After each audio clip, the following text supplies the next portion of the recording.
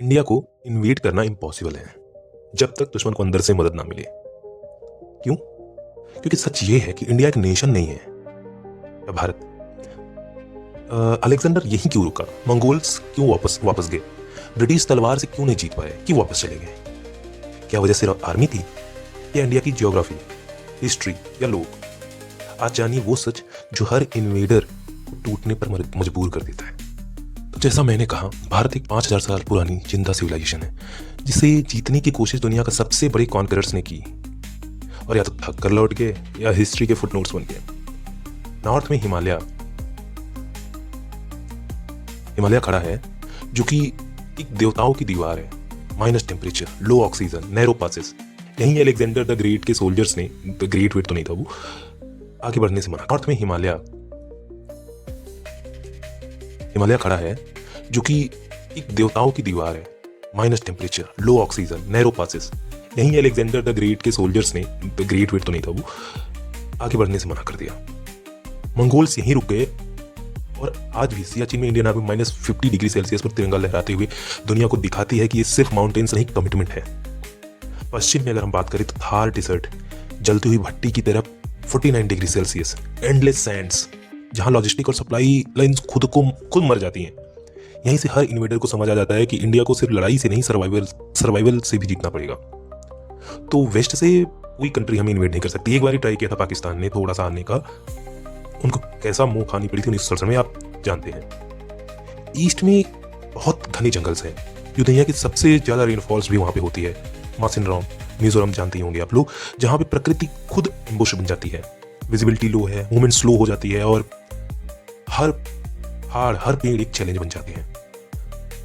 वहां से एक बारी म्यांमार के थ्रू जापानीज ने इंडिया को कोलकाता को इन्वेड करने का सोचा था, जब इंडिया में ब्रिटिश रूल था, लेकिन वो बिल्कुल सक्सेसफुल नहीं हो पाए। फिर उन्हें वापस जाना पड़ा था।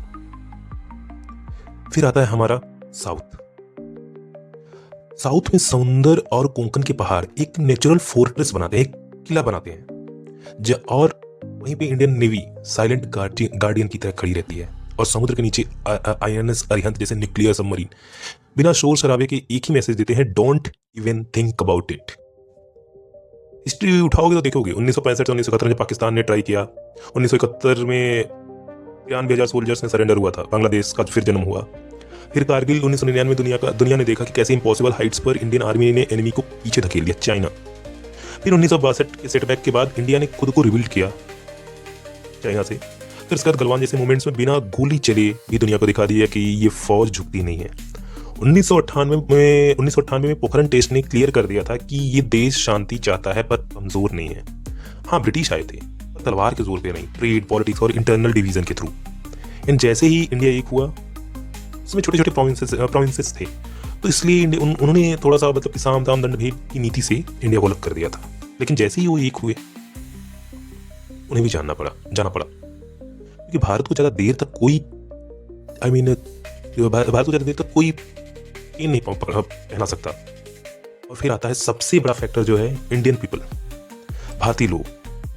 चंद्रगुप्त मौर्य से लेकर छत्रपति शिवाजी महाराज तक, महाराणा प्रताप जी से लेकर रानी लक्ष्मीबाई तक, नेताजी सुभाष चंद्र बोस से और आज की जवान तक, एक ही DNA चला आ रहा है, रेजिस्टेंस, रेजिलियंस और प्राइड। इसलिए अगर आप सोचते हो कि इंडिया को इन्वेड किया जा सकता है, तो याद रखना, आप सिर्फ एक कंट्री से नहीं, geography, history, army, navy, nuclear deterrence और 1.4 बिलियन लोगों के जज्बे से लड़ रहे हो।